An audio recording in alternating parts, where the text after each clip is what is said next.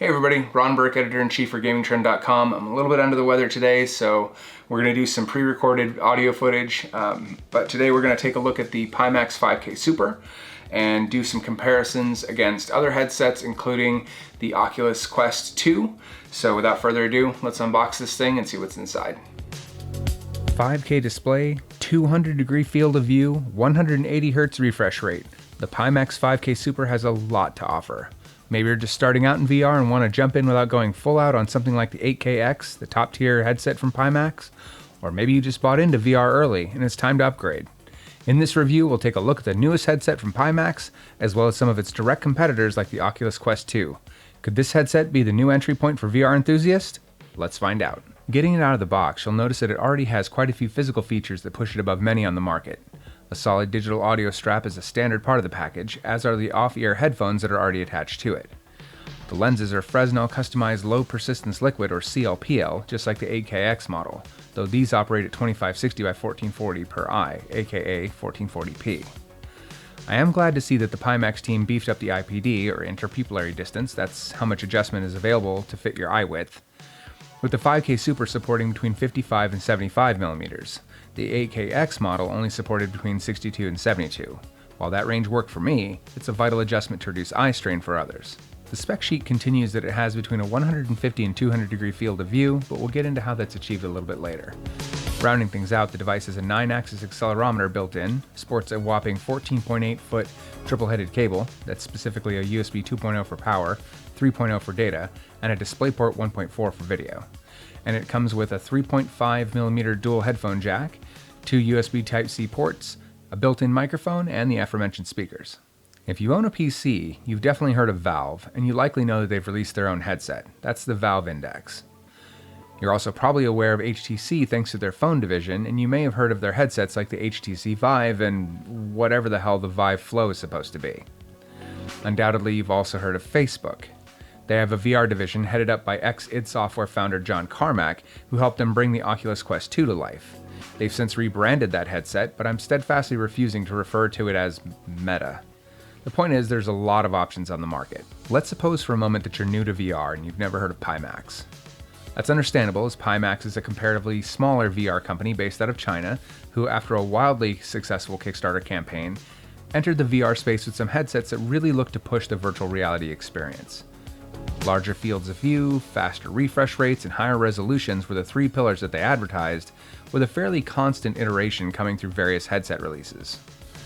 After some early stumbles, they've really hit their stride, with the 8KX really wowing us, as you can see in our other videos on this channel.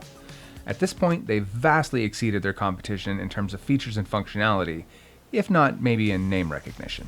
Since Pimax is calling this device an entry-level headset, I want to stack the Pimax 5K Super against the Oculus Quest 2. The Oculus Quest 2 is the cheapest headset on the market, coming in at $299 or $399 depending on the amount of storage on board. Having seen game sizes balloon over the last year, you're definitely going to want that $399 version, so that's what we're going to be using for comparison. First things first, let's cover one of the biggest things to consider about the Oculus Quest 2.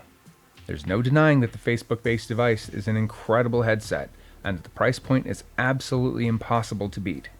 It's clear that Facebook is also selling that device at a loss. That said, the closed ecosystem, Facebook being busted for spying on their users more times than I can count, and the frankly clunky hacks you have to do to make it work with Steam VR, makes it hard to recommend unless portability is your only concern. If gaming on the go is your thing, and you don't mind a slight hit to visual quality, the Quest 2 is great. That said, if you're looking for supreme visual quality, the best compatibility and tracking, and not having to worry about Facebook dropping in on your conversations, then literally any other headset is the way to go. Without further ado, let's get started. Now that we've gotten our eyes inside the Pimax 5K Super, we have to wonder why they keep referring to it as entry-level. Comparing the specs on this monster to any other entry-level headset, it's anything but.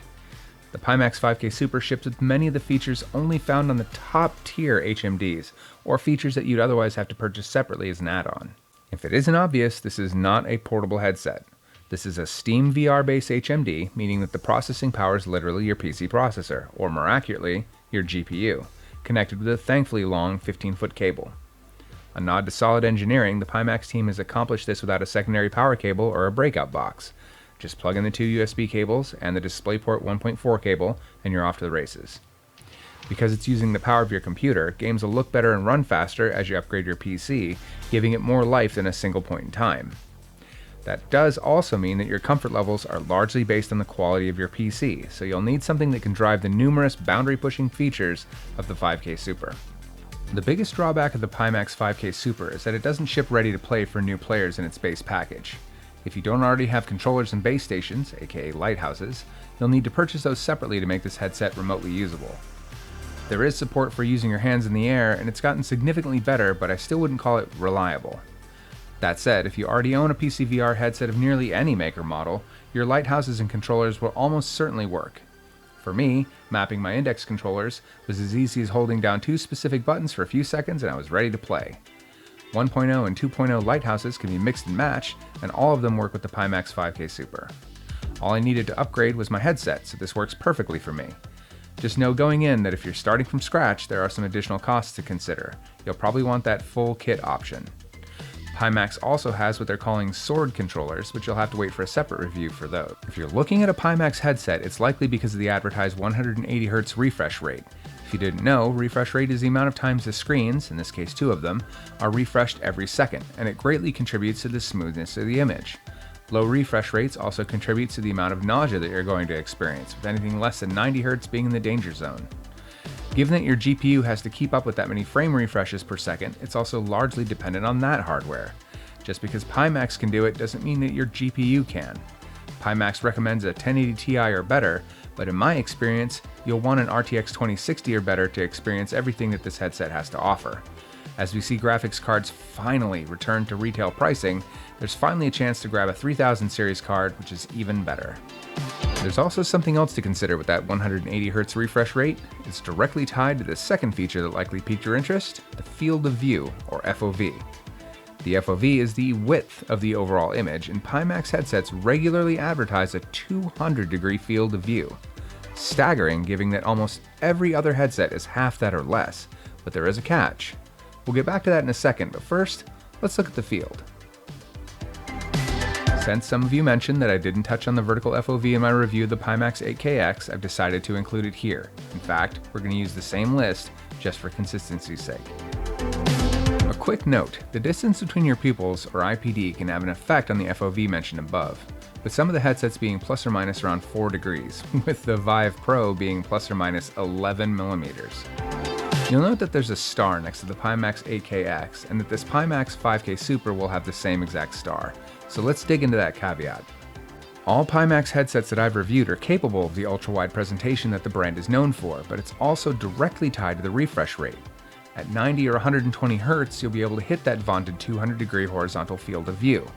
Jumping up to 144 Hz refresh rate slims the FOV to 185 degrees, with 160 Hz slimming it again to 170, and finally 180 Hz dropping it all the way down to 150-degree field of view. That sounds bad until you look again at the chart above. When the Pimax headsets are running their fastest, they still have a 50-degree advantage over every headset on the market. Personally, I find 120 Hz and 200 degrees wide to be the sweet spot as you get maximum width and a frame rate that is silky smooth. Still, you'll need some significant hardware to hit the frame rate required to go any higher anyway, and I'm using an RTX 3090. This is a future-proofed headset, and if you want proof of that, simply put on an Oculus Quest headset and then pop this one on. The visual difference is staggering. All that said, at first glance you're absolutely going to hate the look of the kinda sorta foveated lenses on the Pimax 5K Super. At least for a moment. It's a bold statement, but 1 second while we clear something up. The Pimax lineup of headsets are all broken up with a designator that's meant to signify their overall resolution. For example, the Pimax 8KX is supposed to be 8K, right? It stands to reason then the Pimax 5K Super is then 5K. Well, not so fast. What Pimax is saying is that the 8K is actually 3840 by 2160 per eye, or 4K in each eye times 2, 8K. The 5K Super is 2560 by 1440 per eye times 2, 5K. While we've not gotten our eyes on a 12K model yet, it's coming, it stands to reason that those are 6K lenses times 2, which is insanely awesome, and we can't wait to see it. Okay, back to the 5K Super headset. This 1440p image per eye offers a level of clarity we've not seen matched other than with Pimax's own lineup, and their HP Reverb Pro, but the less said about that headset the better. You aren't exactly reading the newspaper in VR, but with higher resolution headsets becoming the norm, you actually could. In games like Elite Dangerous, where you'll need to read a heads-up display to effectively pilot your ship, clear text is incredibly important. The 4K lenses in the 8KX are staggeringly clear, and the 5K Super isn't too far from that.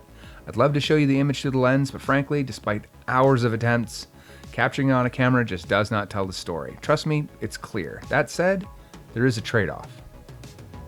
There's a concept called foveated rendering, where a game pushes the highest quality to the center of the screen where your eye is focused, letting the edges be rendered in lower quality. You get something akin to that effect here, as the outside edges of the lenses aren't as clear as the center. We won't see pupil-tracked foveated rendering for another generation or two, but really this is the next best thing. Here's the good news. I absolutely hated this at first, and frankly, I was slightly nauseated by it when I first started out.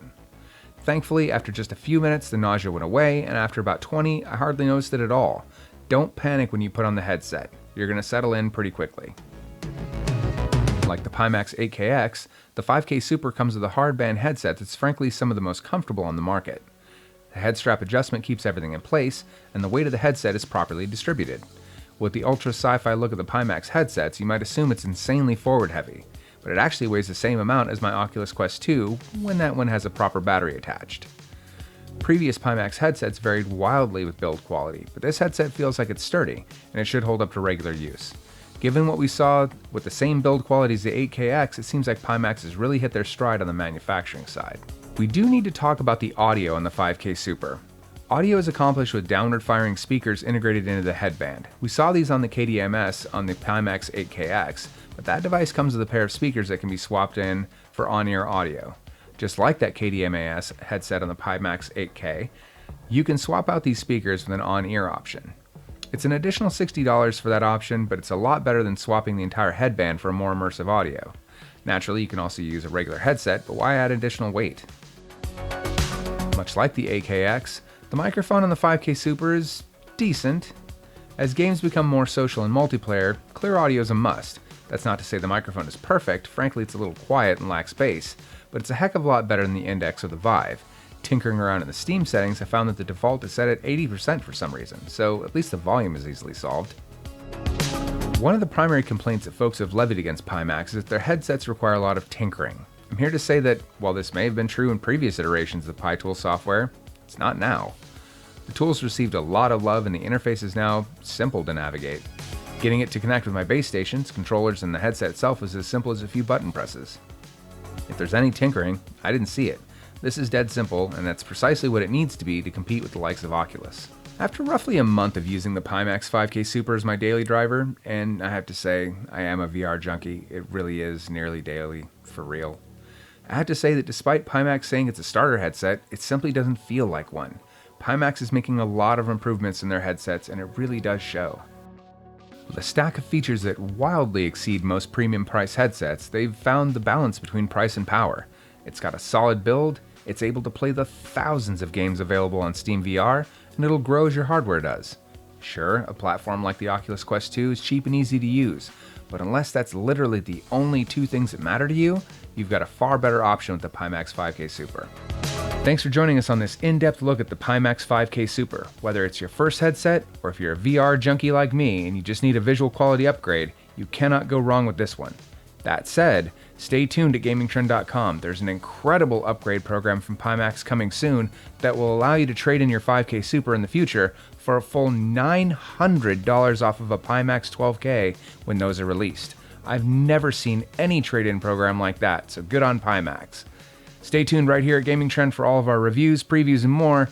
I've been Ron Burke, Editor-in-Chief for GamingTrend.com, saying stay safe, and we'll see you again very soon.